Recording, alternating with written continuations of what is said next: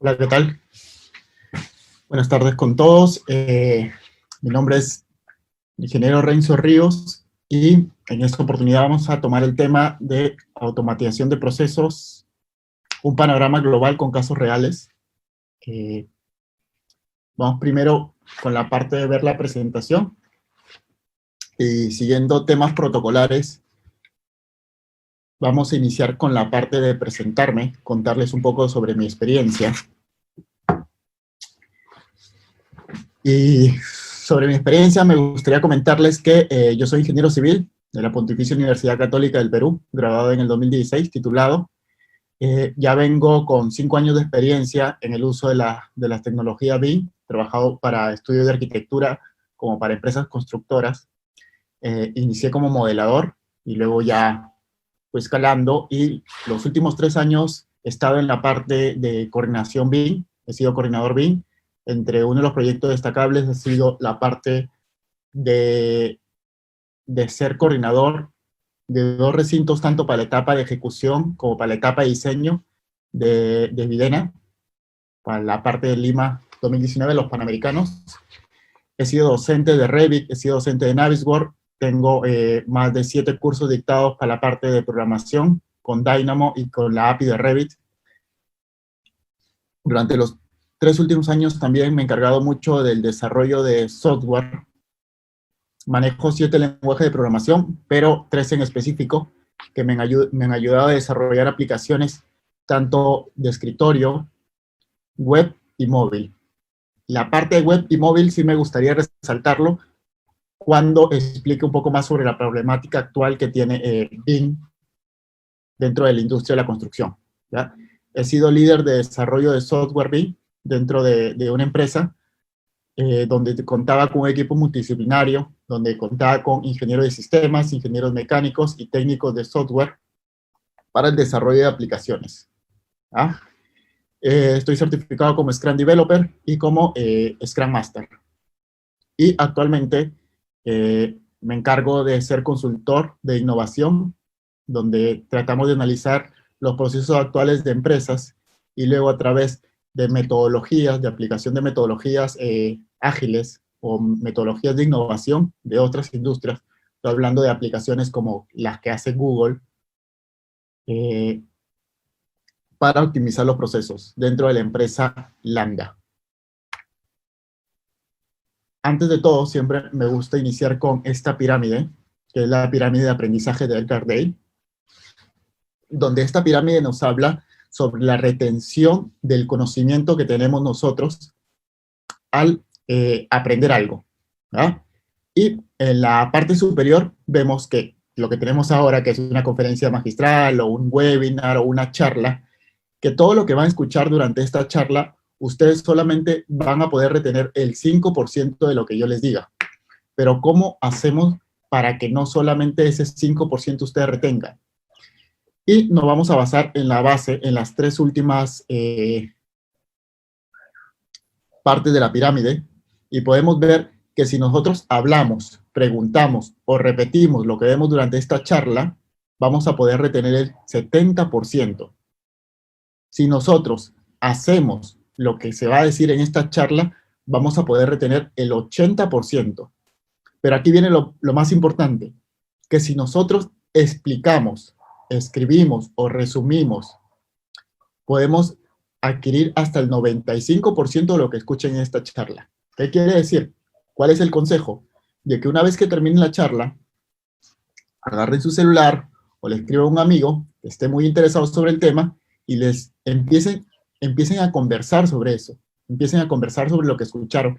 Y no solo con esta charla, sino con la mayoría de webinars que se están dando, que es una muy buena iniciativa de compartir conocimiento, pero no se queden con solo tener el conocimiento, sino compartirlo con los demás, conversarlo con sus compañeros. Ha habido muchas charlas sobre BIM, demasiadas charlas sobre BIM, así que no me voy a explayar mucho sobre BIM. Más que todo me voy a explayar sobre lo que no es BIM y un concepto que se está sonando mucho ahora, que es BDC. ¿Qué no es BIM? BIM no es esto lo que muestro en la imagen izquierda, que sé que muchos compañeros míos han estado mostrando esto como BIM. en mi corta experiencia, no me ha topado con ni un ingeniero, arquitecto, técnico de construcción o cualquier involucrado en el sector construcción que tenga estos errores. Esto es un poco más de criterio, un poco más de lógica o temas intuitivos que no van a construir así.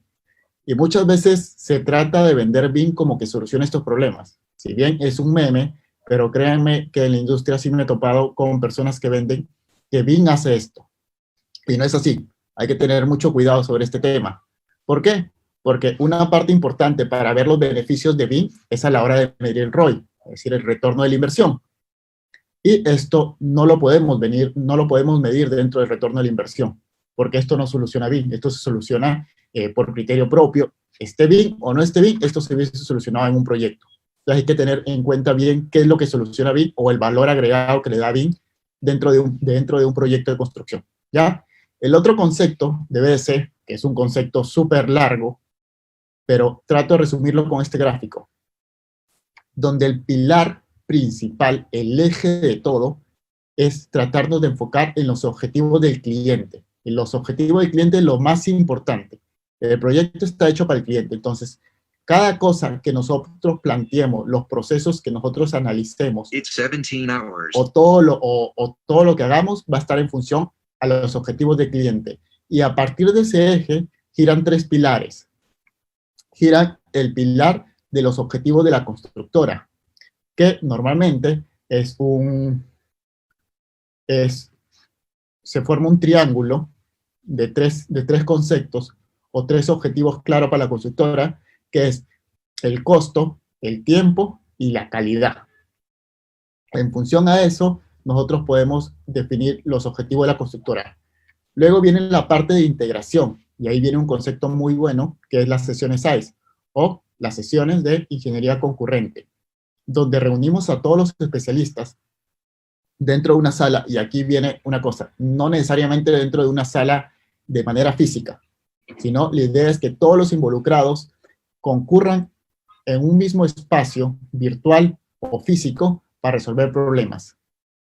Y por último, viene la parte de BIM y la parte de Lean, como puede ser la parte de los procesos, ¿vale?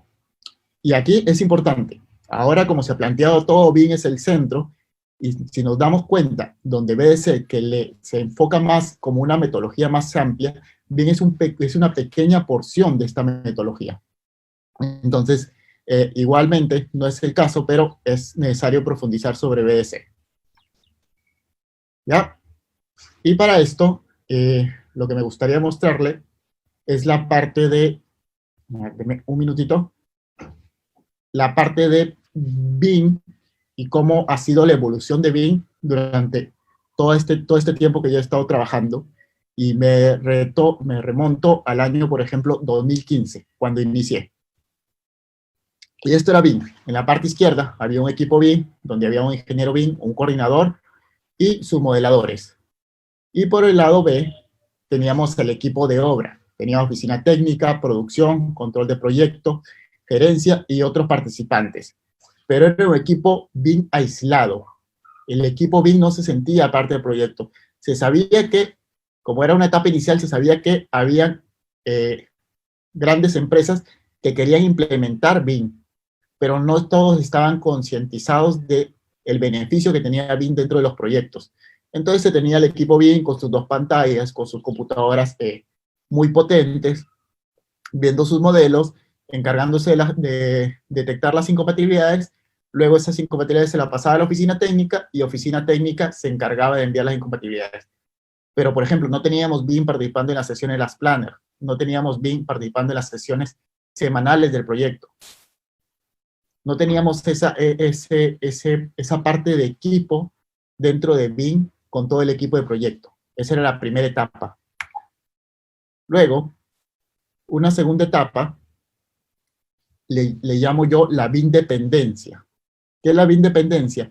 Donde la mayoría de los usuarios de los otros grupos, oficina técnica, producción, etcétera, se dieron cuenta del potencial que tenía BIM. De que ya para oficina técnica no solamente ayudaba para las valorizaciones, sino también ayudaba para la parte de que digan, no solo para detección de incompatibilidades, sino también para valorizaciones. Producción ya podía haber un control de actividades y, por ejemplo, un control de fecha de los elementos de vaciado. Control de proyecto podía haber el tema del control de concreto, calidad para liberación de elementos, gerencia para ver métricas o indicadores del avance del proyecto. Y todo se terminaba beneficiando sobre las tareas que podía hacer BIM del proyecto. Pero ese equipo BIM seguía siendo muy reducido. Seguía siendo lo mismo. Un proyecto normal es un ingeniero BIM y 2 modeladores. Y ese equipo fue contratado para hacer incompatibilidades y ahora realizaba más tareas de las que fue contratado. Y para eso me gustaría mostrarle esta imagen que define muy bien lo que les estoy diciendo, donde tenemos a la parte izquierda, tenemos al jefe de producción y a la encargada de control de proyecto, donde lo que están haciendo aquí es una localización de restricciones, un listado de restricciones que tenía el proyecto para la siguiente semana, para realizar el vaciado de los elementos en verde. No sé si se llega a ver muy bien aquí, pero estos son los elementos en verde, y aquí están las restricciones, ¿vale? Y la persona que estaba proyectando en ese momento era yo. Yo debí dejar de realizar mis actividades, es decir, mis actividades de compatibilización, para poder sentarme en la mesa y poder proyectar el modelo. No hacía otra cosa que mostrar el modelo y la vista en 3D del proyecto. Y es un poco raro porque, póngase a pensar, gastar un recurso durante una reunión de 1 hora más o menos solo para proyectar cuando aún hay muchas actividades por realizar, me parece muy, muy malo. ¿Por qué está pasando esto? Porque hay una centralización de la información. ¿Y qué significa esa centralización de la información? Que toda la información del modelo solo lo tiene el equipo BIM. Y si alguien quiere alimentarse esa información, depende de uno de los usuarios del equipo BIM. Si quiere ver el modelo, tiene que llamar al equipo BIM con su computadora para que muestre la información. Si quiere generar planos, tiene que mostrar la información. Si quiere ver el concreto de los elementos que se van a vaciar la siguiente semana, tiene que llamar a una persona del equipo BIM. Y gran parte de esto se debía a algo que se llama, bueno, lo llamé en su momento, el gran problema de los 16 GB de RAM.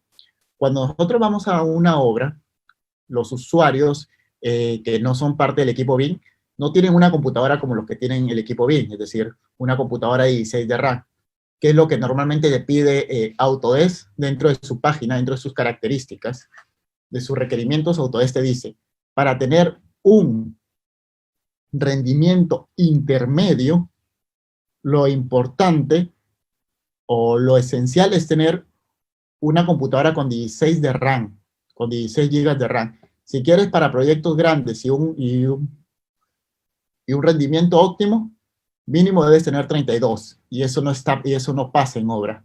Por eso es que sucedía esa dependencia. Luego ya han venido nuevas tendencias, y es porque yo me he enfocado al desarrollo web también, que es tratar de buscar esto, la descentralización de la información. Tenemos al equipo BIM por esta parte, al equipo BIM por la parte izquierda, que va a alimentar un modelo 3D, pero ahora este modelo 3D va a poder ser visto por cualquier persona o cualquier equipo del proyecto. Este modelo 3D debería estar en la nube, debería estar en un modelo en la web, donde todos podemos acceder, y es mucho más rápido en la web. Entonces, eso es lo que se está buscando ahorita. Ya tenemos la primera etapa, lo que les mostré, un BIM aislado, una etapa temprana, donde recién se está descubriendo el potencial de BIM. La segunda etapa, donde había una BIM dependencia, donde ya se descubrieron cuál es el potencial del BIM, pero todavía se sigue centralizando la información. Y la tercera etapa, que se viene ahora, es la descentralización de la información. Ya sabemos el potencial, pero ahora queremos no que BIM lo haga todo, sino que todos puedan acceder a la información que BIM se encargó de centralizar. ¿Vale? Esa es la tercera etapa y la etapa que se viene. Y si nos ponemos a averiguar un poco más, Autodesk, por ejemplo, los 3 últimos años se enfocaba mucho en una herramienta que se llama Autodesk Forge, que tuve el placer de estar en una de sus aceleradoras de desarrollo en febrero en Colombia, donde impulsa eso, donde impulsa que ahora los desarrollos se encaminen hacia la web y todos puedan acceder a la información. Como es el caso, por ejemplo, de BIM 360, que ustedes ven que ahora cualquier persona puede acceder al modelo a través de BIM 360, desde su celular, desde su iPad, desde su computadora, porque al final del día solamente es navegar en la web. Entonces, antes de analizar todos los casos reales que les voy a mostrar y que se han aplicado, voy a hablar un poco de metodologías de innovación, unos conceptos previos para ver cómo entender lo que luego les voy a mostrar. Y vamos a ver, la primera metodología es la metodología de Design Thinking. Es un proceso como tal, pero la parte más importante de Design Thinking es el análisis del usuario. Si ustedes quieren hacer un nuevo aplicativo o ejecutar una mejora dentro del proyecto, siempre tienen que analizar al usuario, ver cuáles son sus necesidades. No simplemente porque siento de que es una gran idea, lo voy a ejecutar. Hay que enfocarse que lo que queremos es solucionar un problema al usuario. Y la palabra clave dentro de todas estas etapas es la que está aquí amarillo, empatizar. Sentir como nuestro el problema que tiene el usuario. La siguiente metodología es Design Sprint. Design Sprint es una metodología que lo utiliza Google para ver si es factible un prototipo en 5 días máximo. Hay algunas nuevas versiones que habla de 3 días o de 4 días, pero la original es en 5 días, donde reúnes a las personas involucradas para solucionar un problema y en 5 días generas un prototipo de la solución. Primero, el lunes tiene la etapa de comprender, saber cuál es el problema. Vamos, que el problema es que los metrados en propuestas de licitaciones demora mucho, ¿ya? Luego vamos a idear cuál es cada una de las personas involucradas, da una idea, que no, sí, lo podemos hacer en Tecla, porque es menos pesado. No, lo podemos hacer en Revit, pero hay un aplicativo que te modela automáticamente el acero. No, lo podemos hacer por otro lado, porque tenemos a través de ratios. Y cada uno da su idea. El día miércoles decidimos cuál es la tarea, cuál es la idea que se va a realizar, que puede ser una idea de una persona, o puede ser la unión de varias tareas, o puede ser la evolución de una idea. Luego el día jueves viene el prototipo. Cómo va a ser la interfaz de usuario, cómo va a ser el proceso. Todo eso se realiza el día jueves. Y el día viernes se realiza una prueba. Y en función de esos 5 días se toma la decisión si es factible realizar eso o no es factible realizar lo que se hizo durante esa semana. La idea de las metodologías ágiles es tratar de dar una decisión lo más pronto posible. Luego viene, y este aquí les recomiendo bastante, es el libro de Lean Startup. Y la palabra clave o el concepto clave aquí es el producto mínimo viable. ¿Y qué es el producto mínimo viable? Es la aplicación, por así decirlo, si nos enfocamos en desarrollo de aplicaciones, en desarrollo de software, mínima para que sea funcional y poder recibir opiniones sobre lo que estamos realizando. No, si el desarrollo es 10 meses, imagínense que nosotros queremos una aplicación y demora 10 meses. Ustedes van a realizar durante esos 10 meses toda la aplicación para recién al mes 10 decidir si al usuario le gusta o no le gusta. Eso está mal, porque puede ser que a los 10 meses no le guste al usuario y demoraste 10 meses gastando recursos, gastando tiempo para darte cuenta que no funciona. Entonces, en vez de realizar la aplicación completa en 10 meses, lo realizas, por ejemplo, en partes. La primera parte en un mes, la segunda parte en 3 meses más, y así sucesivamente. Pero cuando tienes la primera parte, lo sueltas. ¿Para qué? Para recibir las opiniones del usuario. Entonces, si al usuario no le gusta en el primer mes, puedes pivotear, le llama en el libro, pivotear, que es cambiar la ruta de desarrollo. Eso es el producto mínimo viable, ¿ya? Luego viene la parte de desarrollo tipo Scrum, que es más para la etapa de ejecución. Y aquí les voy a poner dos casos. Cómo es con Scrum y cómo es sin Scrum. Y les cuento una historia, que es la historia de la imagen. Imaginémonos que uno de nuestros usuarios, uno de esos clientes, su problema es movilizarse de su casa a la oficina. Y ambos, imaginemos que la parte de arriba es uno de las empresas que le quiere solucionar el problema y la parte de abajo es la empresa B que le quiere solucionar el problema. Empresa A, empresa B. La empresa A le dice que va a demorar 5 meses en desarrollar un equipo que lo traslade de su casa a la empresa. Y la empresa B también se va a demorar 5 meses. ¿Cuál es la diferencia? Que la empresa A le está diciendo que le va a entregar el automóvil o el desarrollo después de 5 meses. Entonces, el usuario durante el mes 1 no va a tener cómo movilizarse, el mes 2 tampoco va a tener cómo movilizarse, y así sucesivamente, y recién en el mes 5 va a poder solucionar su problema, que es movilizarse. Mientras que la empresa B lo que le dice es, primero yo te doy una patineta, que no es lo que quieres, pero te sirve para solucionar tu problema. Y el usuario va a decir, claro, no es lo que quiero, pero puedo movilizarme. Y en vez de tener un usuario alegre al mes 5, tienes un usuario alegre desde el mes 1.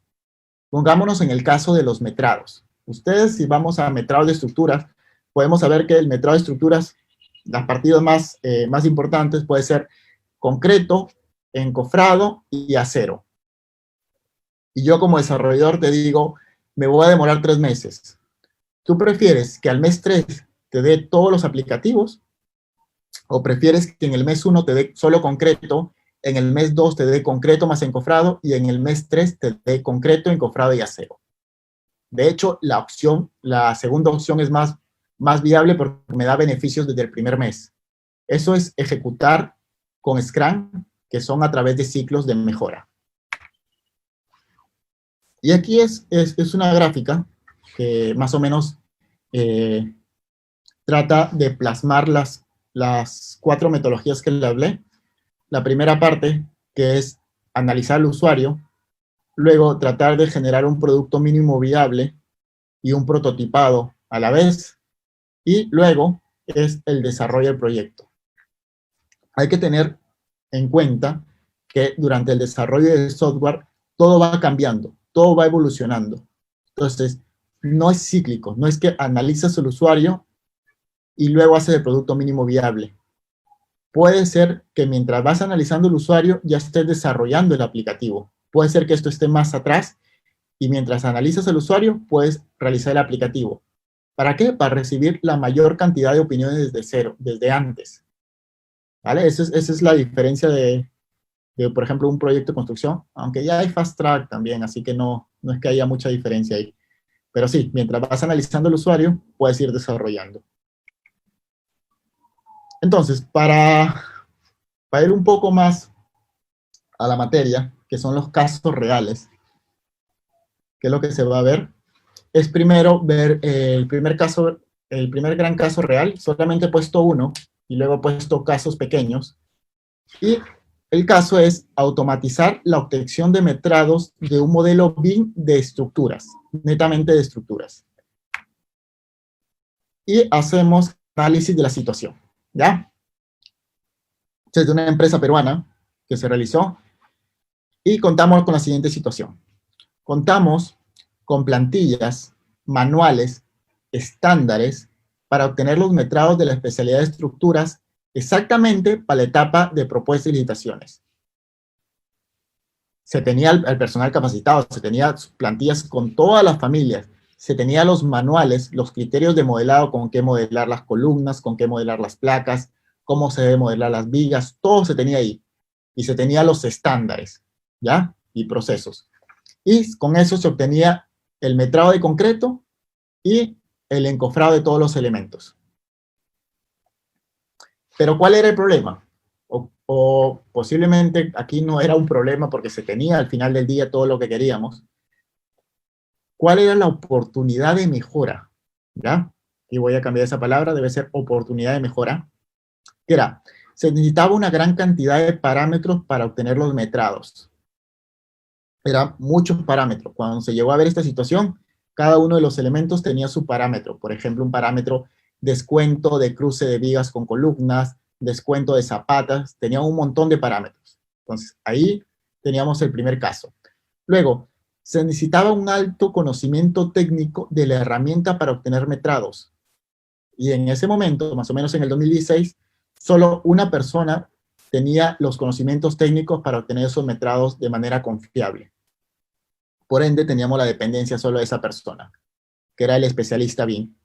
Luego, hay muchas actividades manuales, mucho llenado de parámetros manuales, que claro que para tiempos en la etapa de licitación no es lo mejor, no es que nos sobre el tiempo.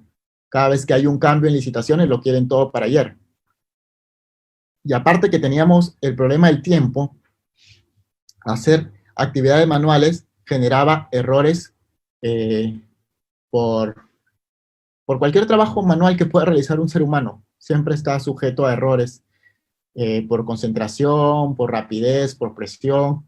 Hay muchos factores que pueden generar error a la hora de ejecutar trabajos manuales. Este es un gráfico donde se explica mejor. Tenemos por la parte izquierda, tenemos al equipo BIM, que su responsabilidad será el modelado, el llenado de parámetros y respetar el manual de criterios de modelado. Lo que le decía, dónde están, con qué se modela cada cosa y qué parámetros debe tener. Luego teníamos un punto intermedio, que era el especialista BIM, la persona capacitada técnicamente para verificar el correcto uso de los criterios, el llenado de parámetros especiales, la generación de tablas de cuantificación y luego exportar la información a Excel y realizar los cálculos manuales. Es decir, cálculos que veías en las tablas de cuantificación en Revit, necesitaba sumar algo, lo sumaba manualmente en su calculadora y luego lo apuntaba en una celda en Excel. Luego, una vez que se tenía toda la información, esto demoraba más o menos unos 3 días, desde que se obtenía el equipo BIM modelaba, el especialista se demoraba 3 días, y como era una sola persona, imagínate si teníamos 5 proyectos. Podía haber proyectos que se demoraban semana y media para que recién sacan los metrados. Era increíble, el cuello de botella era horrible en ese momento.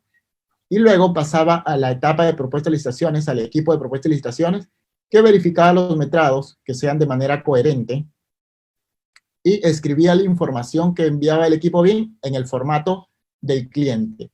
Y si sucedían errores o modificaciones, se repetía el ciclo. ¿Ya? Ya no eran 3 días, era día y medio o un día, pero se repetía el ciclo. ¿Ya? Entonces, ¿qué se planteó? Y aquí es importante resaltar la etapa 1 y etapa 2. Se planteó automatizar el proceso de los cálculos de detección de metrados, tanto de concreto y encofrado, del modelo BIM, en una primera instancia, en una primera etapa, con Dynamo. Y luego se planteó hacerlo con la API de Revit para optimizar el proceso y disminuir tiempos. A la última, casi las penúltimas diapositivas, les voy a mostrar cuál es la diferencia entre utilizar Dynamo, que es una pregunta muy común, y utilizar código para solucionar los problemas. ¿Cuál, Dynamo o la API de Revit? ¿Cuál utilizar? Entonces tenemos la etapa 1, que más o menos este es el flujo. Tenemos Revit, luego utilizábamos Dynamo, utilizábamos Dynamo Player para una parte de interfaces, y luego le exportábamos a Excel. Para un proyecto normal esto podía demorar 20 minutos en hacer todo este proceso, es decir, 20 minutos donde tú hacías clic en ejecutar en Dynamo, se ejecutaba el script, la computadora pensaba, y luego de 20 minutos, era un proyecto grande, te exportaba el formato de Excel. Mientras que en la etapa 2, después de saber que esto está funcionando, la etapa 2 era Revit, se generaba un aplicativo con un lenguaje de programación C# y se exportaba a Excel. etapa 1, 20 minutos, etapa 2, minuto y medio. Tú le dabas clic y minuto y medio realizaba cálculo en la computadora y en minuto y medio teníamos el resultado. La diferencia es muy alta. Claro que si nosotros comparamos de los 3 días que se demoraba acá a los 20 minutos que se demora claro que es mucho más, bueno el resultado, pero minuto y medio ya es increíble. Entonces, más o menos esto es Dynamo. Dynamo es un lenguaje de programación gráfica. Bueno, no es un lenguaje de programación, es programación gráfica, programación visual, donde no existe el código. Sí, hay comentarios, me van a decir comentarios donde se puede hacer código dentro de Dynamo con Python o con mismo C#. Yo, la verdad, no lo recomiendo.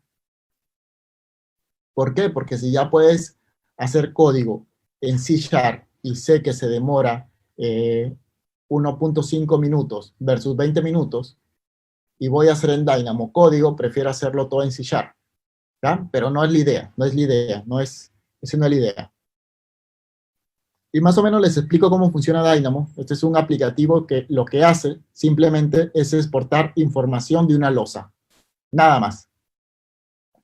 Y es muy parecido a un algoritmo. Bueno, es un algoritmo, pero su funcionalidad es súper simple. Primero, analizo los elementos. Hay un nodo que te permite obtener los elementos de una categoría. Por ejemplo, en este caso, losas. Elijo los elementos a analizar. Luego veo qué información puedo obtener. Y vamos a ver, aquí sí lo puedo acercar un poco. Y miren, la información de los elementos es nivel del elemento, que es un parámetro, elemento, sector, área y los comentarios.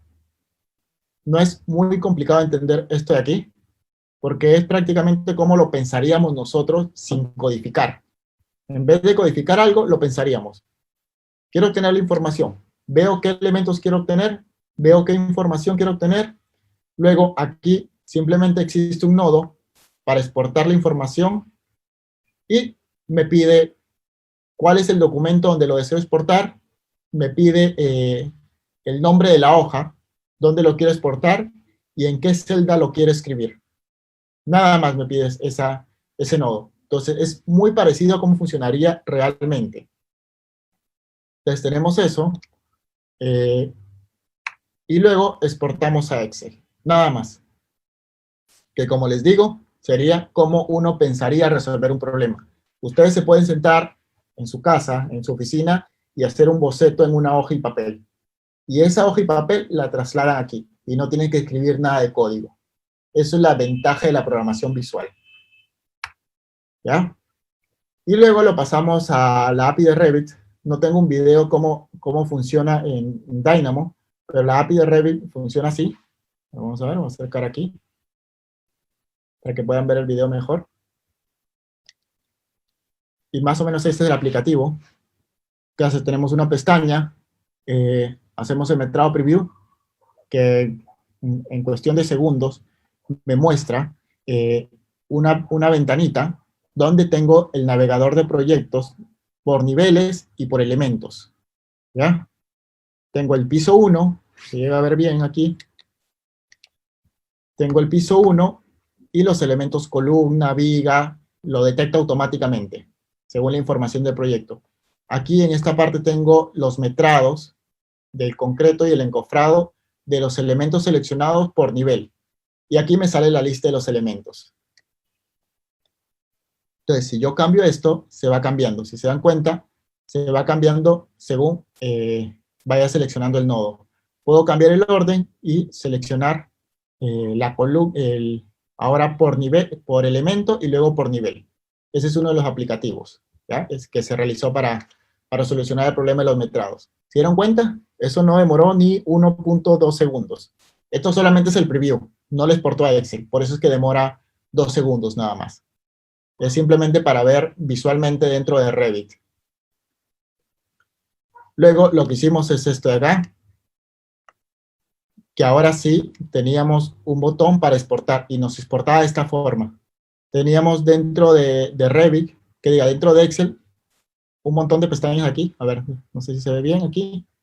Las pestañas, tenemos falsa zapata, zapata, todos los elementos tenemos en la parte inferior. Y tenemos aquí los metrados. El ID, la fase constructiva, nivel, zapata, el tipo de material. Ya tenemos las dimensiones, es decir, es prácticamente un metrado detallado, el encofrado y el concreto.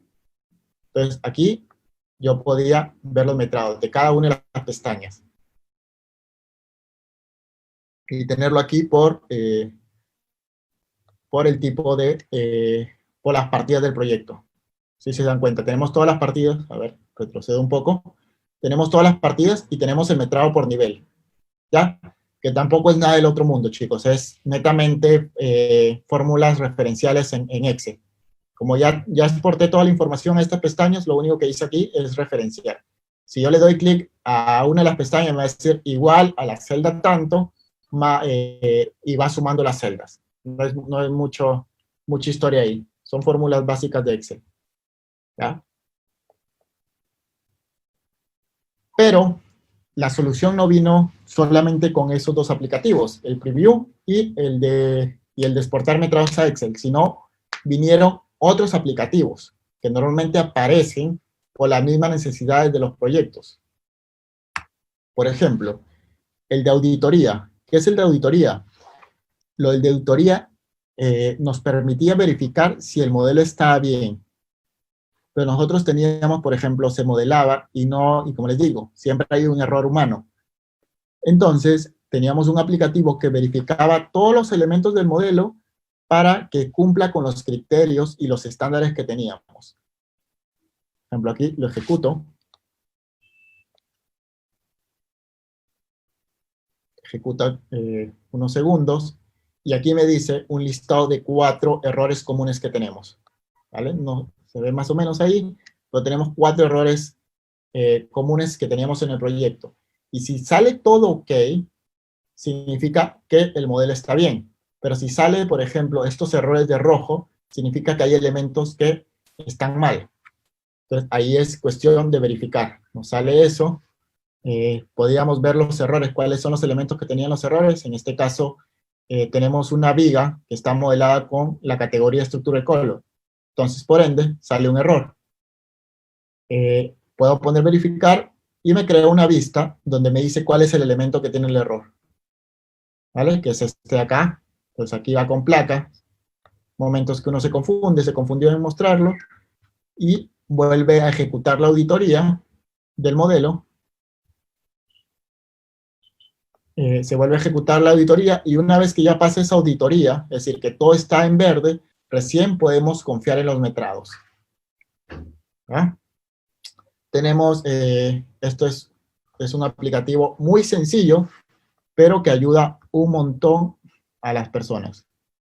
Que es, si ustedes seleccionan un elemento en Revit, ustedes pueden obtener en esta ventanita el concreto, el volumen de concreto. Pero si seleccionan 2 elementos, no pueden obtener el volumen de concreto, como que la suma.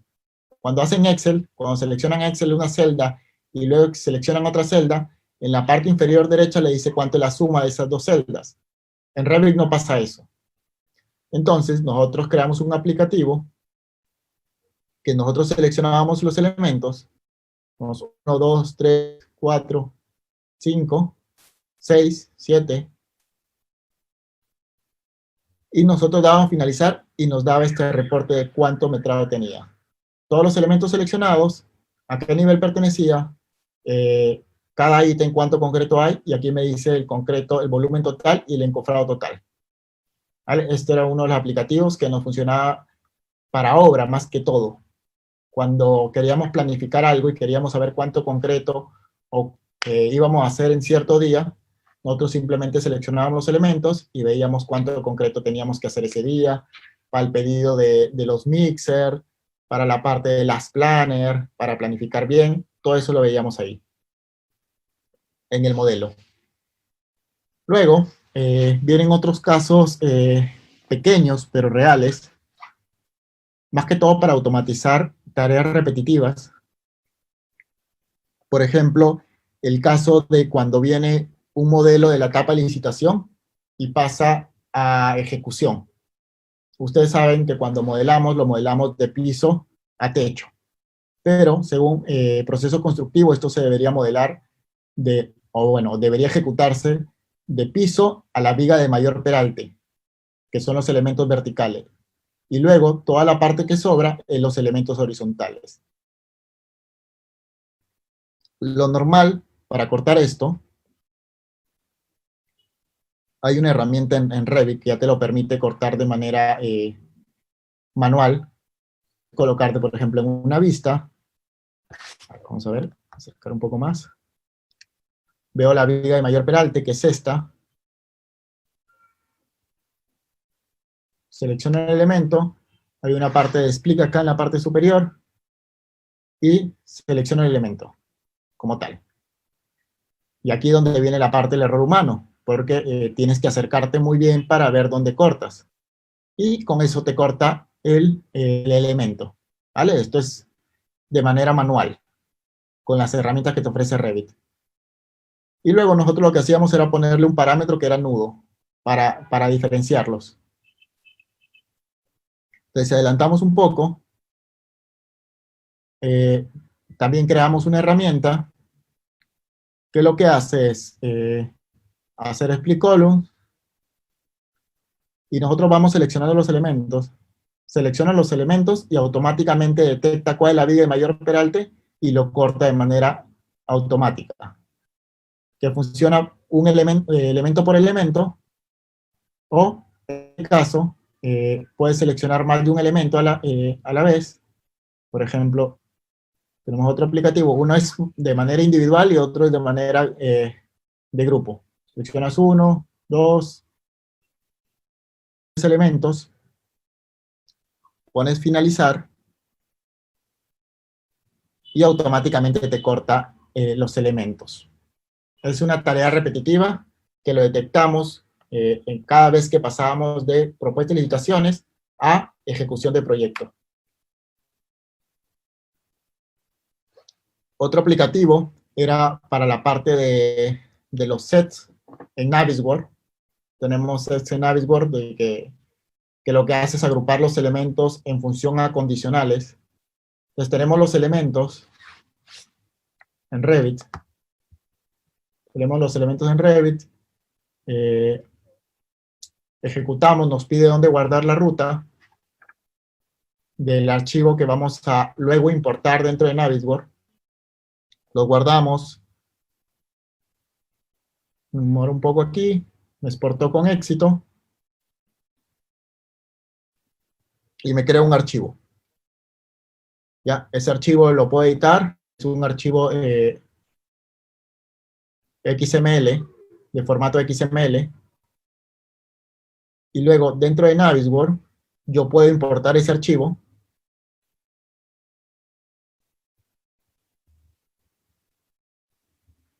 Y me crea todos los sets de manera automática. ¿Ah? Que ese estaba dividido en frente, qué fase del proyecto tenía, piso, sector, y si era horizontal y vertical, como un tren de actividades. Y si lo vemos aquí dentro de Navisworks, me muestra la información que ha filtrado. El siguiente aplicativo, y este aplicativo sí me gusta mucho porque soluciona muchos problemas sobre la ubicación de los elementos, que nosotros, por ejemplo, tenemos la tabla de cuantificación de las vigas, ¿no? Tenemos la tabla de cuantificación de las vigas. A ver, déjenme aquí ubicarme. Y ustedes se van a dar cuenta cómo funciona. Que yo puedo seleccionar las vigas, y esto lo estoy haciendo solamente para vigas, pero puedes seleccionar cualquier tipo de elemento, y me brinda la ubicación de los elementos en función a los ejes, que es normalmente como se lleva si no lo hiciéramos con BIM. Por ejemplo, acá me dice que la viga está en el eje C, que según lo que está acá, en el eje C, del 1 al 2. Entonces, de manera automática, yo ya lleno esos parámetros, que lo hacíamos de manera manual, porque nos lo pedían.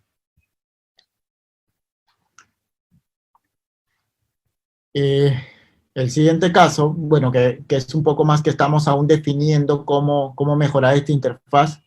Eh, Les voy a ser sincero, más que todo lo mostramos por un tema de ver de que podemos hacer cosas grandes, pero aún estamos definiendo bien cómo lo vamos a usar. ¿Qué es una simulación 4D?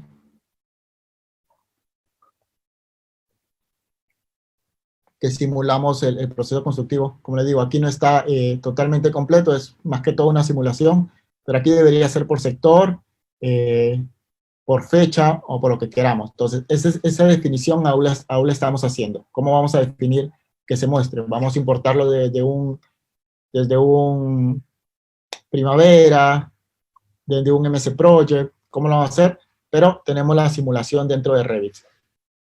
En caso queramos hacer un video o ver la simulación para detectar interferencias o ver los sectores, en función del tiempo. Entonces viene la parte más importante, que es Dynamo versus Revit API. Bueno, ambos son Revit API, pero cuando hablamos de Revit API hablamos por código, más que todo, y la pregunta es cuándo usar cada uno, cuándo utilizar Dynamo o cuándo utilizar código con C#. Y también viene la pregunta, ¿cuál estudio? ¿Dynamo o estudio C#? Y aquí hago una pequeña comparativa de manera personal y de manera de los 3, 4 años de experiencia que tengo, de 5 factores importantes que yo considero a la hora de elegir cuál desarrollo. Una, la velocidad de ejecución. Por mucho, hacerlo con código es mucho más rápido, es decir, el aplicativo se ejecuta más rápido que hacerlo con Dynamo. En la curva de aprendizaje, ¿cuál es más rápido de aprender? Con Dynamo se aprende muy rápido, es decir, se aprende súper rápido, pero con código no se aprende muy rápido, no es tan fácil de aprenderlo en código. El tiempo de desarrollo, es decir, cuánto me demoro en desarrollar un aplicativo. Con Dynamo me puede demorar, por ejemplo, 1 hora, y con la API de Revit me puede demorar unas 7 horas, posiblemente, en desarrollar el mismo aplicativo. ¿Por qué? Porque la API de Revit necesita más configuraciones, es un poco más complejo, necesita mucho más cosas. Necesita más cosas iniciales para tú poder hacer tener el mismo resultado. Pero claro, si es más óptimo, como que puedes pensarlo muy bien en el tiempo de desarrollo.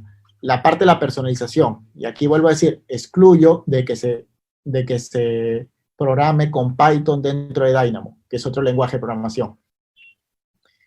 En la parte de personalización, Dynamo se queda muy, pero muy abajo, porque Dynamo tiene ciertos nodos que ya te dicen cómo se va a hacer las cosas.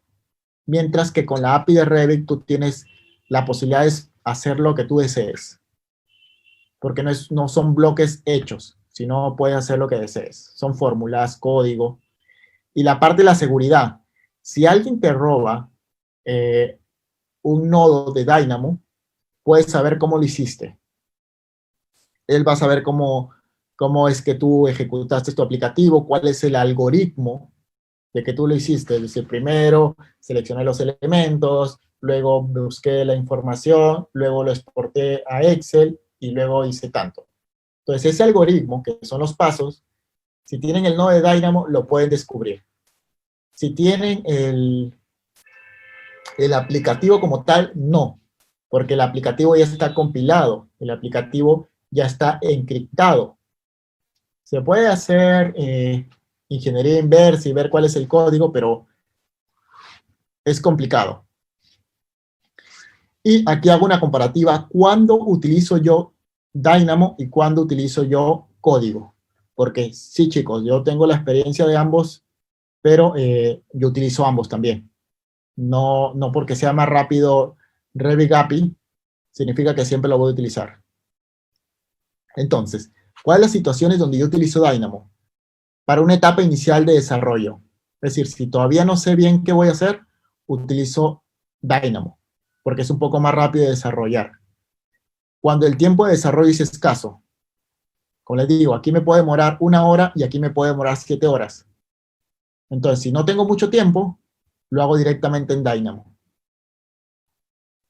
Cuando la automatización solo será realizada una vez.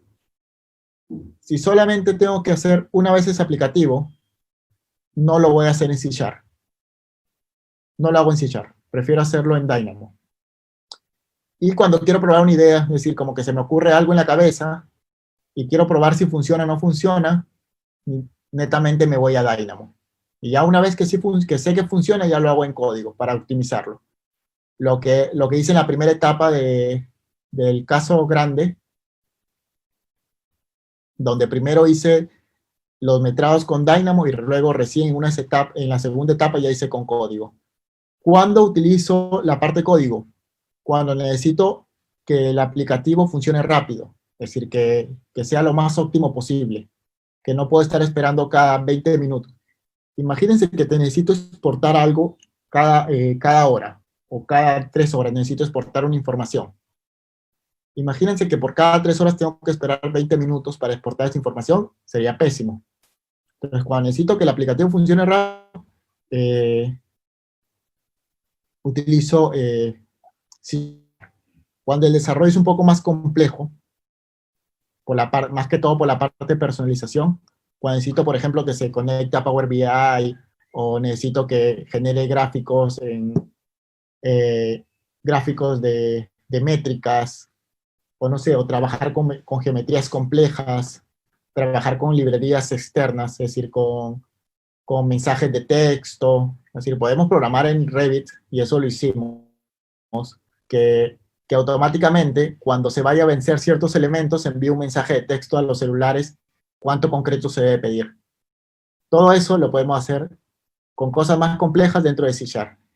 Y mantener el algoritmo secreto, en secreto. Como les digo, si tienen el script de Dynamo, pueden saber cómo funciona mi aplicación. Si tienen el aplicativo, al menos que le hagan ingeniería inversa, no van a saber cómo funciona. Pueden tener el aplicativo, pero no saben cómo funciona. Entonces estas dos son las, cómo hacemos para decidir si lo hacemos con C# o con Dynamo. Luego, este es más o menos el flujo que he seguido yo durante todo este tiempo para elegir el desarrollo. 1, normalmente analizo el proyecto, analizo cuál es la oportunidad de mejora. Vamos al caso de metrados. Luego, lo que hago es BIMizar, es decir, convertir el proceso en BIM, pasar la información que se esté dando, que los metrados que se hacían de manera manual con CAD, lo pasamos a que se haga en BIM. Una vez que lo tengo en BIM, y ya sé que funciona en BIM, lo que hago es automatizar.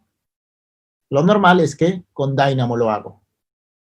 Una vez que ya está automatizado y ya sé cómo es el flujo de trabajo, recién me pongo a optimizar el proceso con C#, porque funciona mucho más rápido. Y una vez que lo optimizo, me voy al desarrollo web para descentralizar la información, para que todos puedan acceder a la información. Y todos estos procesos se hacen en paralelo con medir y mejorar. Primero, medimos que todo funcione bien, es decir, que haya tenido repercusiones en el usuario, que le guste al usuario, y si es necesario lo mejoramos, aunque siempre es necesario mejorar.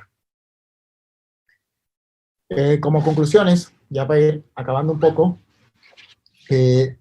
siempre buscar la empatía con el usuario final, es decir, comprender cuáles son sus problemas. Nada mejor que un prototipado, tratar de hacer lo más pronto posible un boceto.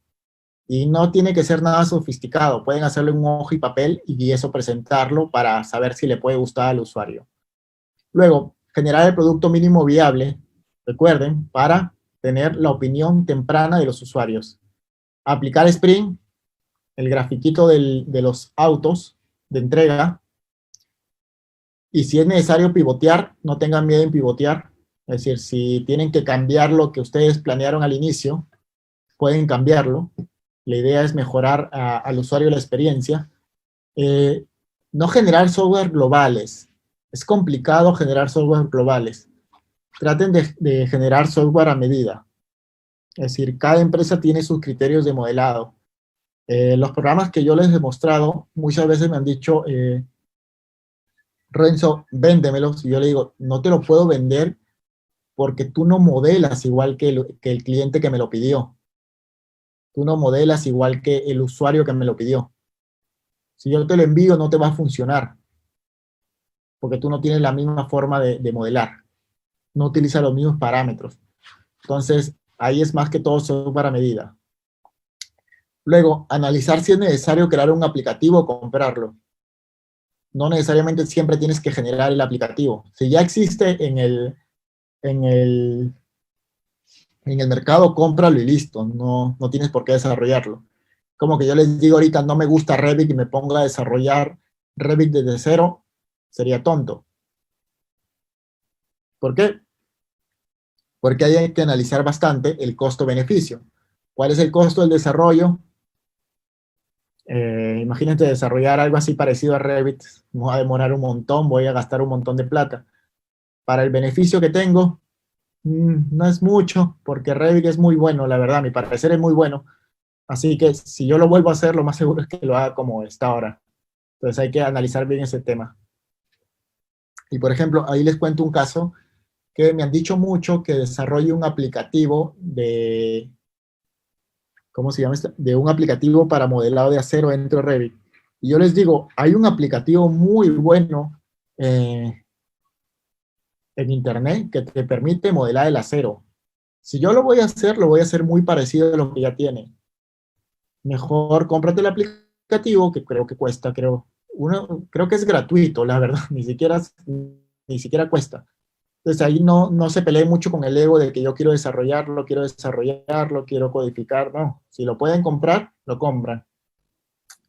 Y al implementar un área de automatización, y eso se lo digo por experiencia, no piensen siempre en el corto plazo, hay que empezar en el largo plazo, porque los resultados se van a ver si tienes un área de automatización, pero no es que contrato un programador y ya voy a tener todo automatizado de mi área, es poco a poco.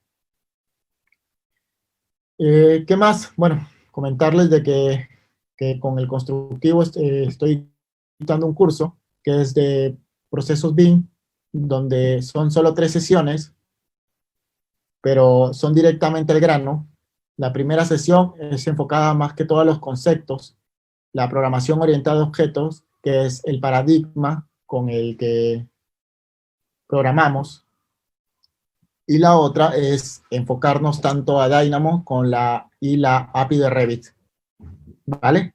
La segunda sesión es un desarrollo en Dynamo, que es el desarrollo que les mostré cómo exportar la información a Excel, y también vamos a importar información de Excel de los elementos modelados. Es decir, prácticamente vamos a hacer lo que vieron arriba, de tener un metrado por elemento en cada una de las pestañas. Y la tercera sesión, vamos a desarrollar un aplicativo, una ventanita, como vieron la ventana del metrado preview, el que demoró 1.2 segundos, donde van a poder navegar por los metrados de Revit dentro del proyecto. Eso va a ser las 3 clases, cada clase dura 4 horas, así que, bueno, yo tengo todo preparado con diapositivas, gráficos, para que se pueda entender de la manera más sencilla. La idea es que durante estas 3 clases desarrollen esos 2 aplicativos, y si nos da tiempo deberíamos desarrollar cualquier cosa, pero los 2 aplicativos sí o sí, ¿ya? Y nada más, agradecerles. Bueno, en mis redes sociales estoy con Renzo Río Rugel en Facebook, y en LinkedIn estoy como Renzo Giancarlo Río Rugel. Y ahí me pueden hacer preguntas y todo lo que desean, ¿sí? No sé si ahora directamente hay preguntas que, que podamos ver sobre la exposición.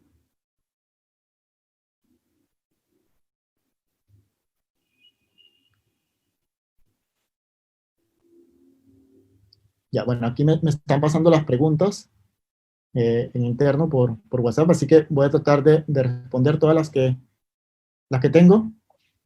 Hilder me pregunta, ¿cuál es la diferencia entre usar Dynamo y Excel para parametrar o hacer el metrado en tablas de cuantificación. Nosotros hacíamos los metrados con tablas de cuantificación. No voy a mentirlo antes.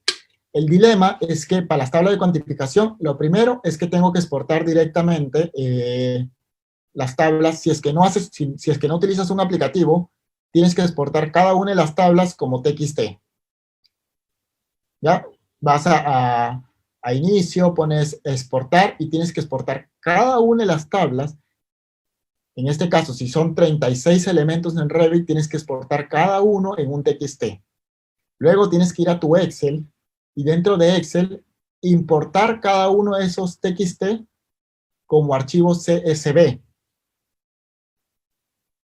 Y después de exportarlo, tienes que ordenarlo. En caso cambie tu proyecto, hayas cambiado tu proyecto, tienes que volver a exportar todos los elementos como TXT. Y otra vez tienes que actualizar ese Excel que hiciste. Mientras que con Dynamo y Excel, lo único que hago es apretar un clic y toda esa información me lo exporta y me lo pone directamente en el Excel. Esa es la diferencia entre Dynamo, de trabajar con Dynamo y Excel, o trabajar directamente con tablas de cuantificación. A ver, vamos a ver. La siguiente pregunta es, en cuanto al encofrado del ejemplo que mostraste, ¿cómo se trabajó? Me refiero si el encofrado se trabajó modelando el encofrado o se realizó como material en las caras de los elementos. Tenemos mediante caras de elementos. Cuando hemos diseñado nuestras familias, tenemos como que el núcleo del elemento y luego alrededor hemos modelado una capita de 1 milímetro. Entonces, cuando hay una intersección entre una viga y una columna, esa capita se corta. Entonces, lo que yo hago es cuantificar el metrado de la capita, que tiene su propio material, que en este caso es concreto, que diga encofrado de columna, encofrado de placa, y así sucesivamente. Entonces, sí, la respuesta es la segunda opción que tiene. Utilizar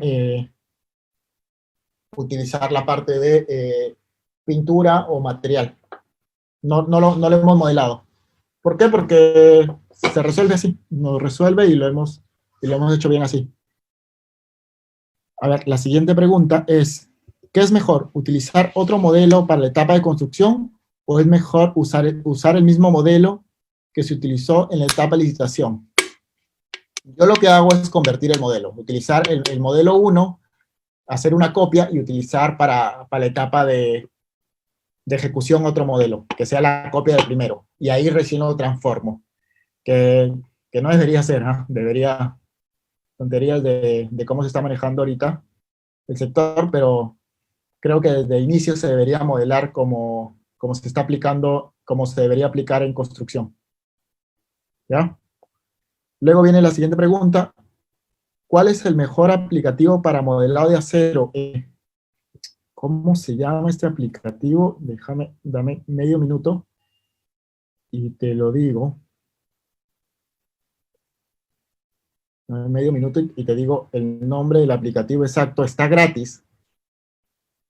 Está gratis, así que lo puedes descargar. El aplicativo se llama Naviate. Naviate, y está la versión gratuita solamente para modelado de acero. ¿Vale? Puedes entrar a naviate.com y ahí vas a encontrar ese modelo, ¿sí? Luego, a ver, viene la pregunta. Vamos a ver. Son muchas preguntas.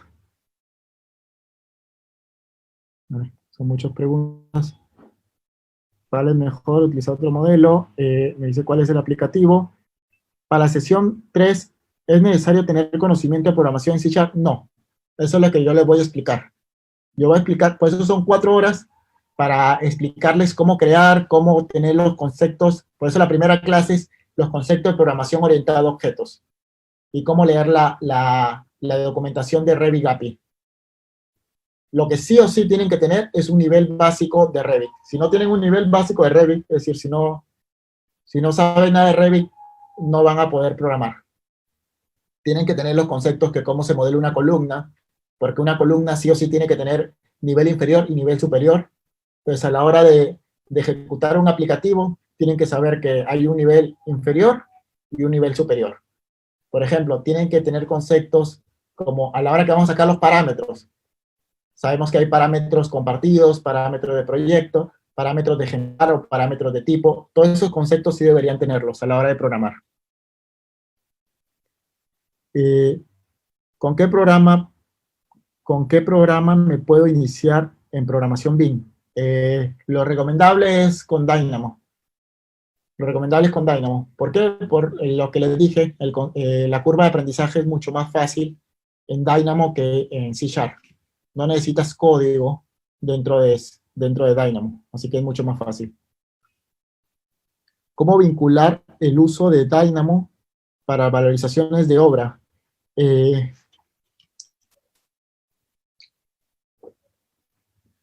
Si tienes los metrados y puedes adjuntarle fechas, no debería haber problema. Lo que yo hacía para valorizar era que yo participaba dentro de la reunión de las planes, es decir, las reuniones de planificación semanal.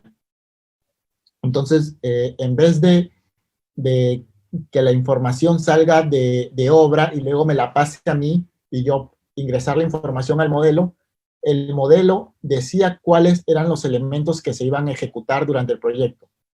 Entonces, toda la data estaba en el modelo. Y yo ahí, de igual manera que yo exporté la información a información del nivel del elemento, yo puedo exportar información de fechas. Entonces, es un poco más de orden cómo podías manejarlo. Pero sí, sí se puede, sí lo he hecho. A ver, dame un minuto que hay más preguntas. A ver, hay una pregunta aquí.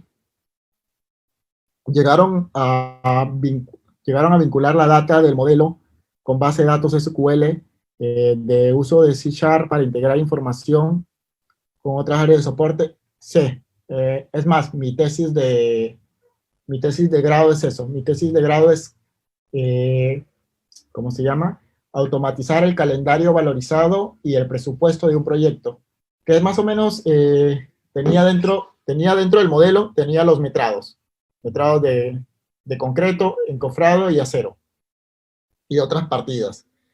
Y dentro de la base de datos, por ejemplo, los recursos, tenía mi análisis de precios unitarios y hacía un enlace con SQL.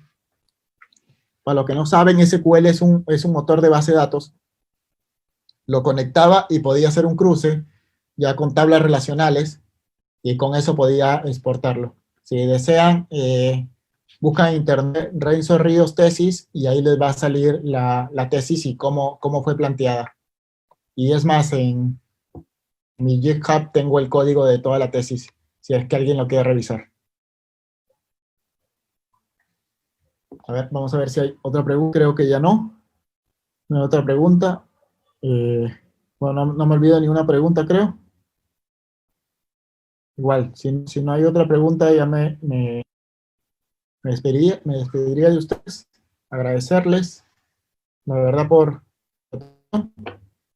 y igual, como les digo, el curso inicia el 18 de agosto, dura 3 sesiones, cada sesión es de 4 horas, y ya les mencioné cuáles van a ser los aplicativos. El primero, una interacción directamente a Excel para exportar información. Yo les voy a dar las bases para exportar cualquier tipo de información, parámetros de elemento, parámetros de distancia, parámetros de ejemplar, y ahí pueden exportar los parámetros de valorizaciones, los parámetros compartidos, y una vez que tienen la información en Excel, ya pueden manejar pues todas sus valorizaciones, pueden mostrar sus gráficos con tablas dinámicas, todo lo que deseen. Y la sesión 3, el segundo aplicativo, va a ser esta ventanita de acá, que les mencioné, esta ventanita de acá, esta de acá, donde van a poder hacer esta ventana, pues, de manera directa. Es decir, este aplicativo donde van a poder navegar por los elementos y van a tener aquí la tabla de los elementos que van cambiando con los metrados en la parte superior. ¿Vale? Eso es más que todo, invitarlos al curso. Cualquier consulta del curso. Igual, me imagino que lo van a escribir en Facebook, pero el número, lo digo, es 998-31-2612. Caso quiera más información por WhatsApp de la persona encargada de apoyarlos con la información. No, nada más. Agradecerles igualmente por su atención. En mis redes me pueden hacer las preguntas que deseen, en caso quieran hacerme preguntas personales, y estamos en contacto. Muchas gracias igual al Constructivo por la invitación y poder compartir el conocimiento. Hasta luego.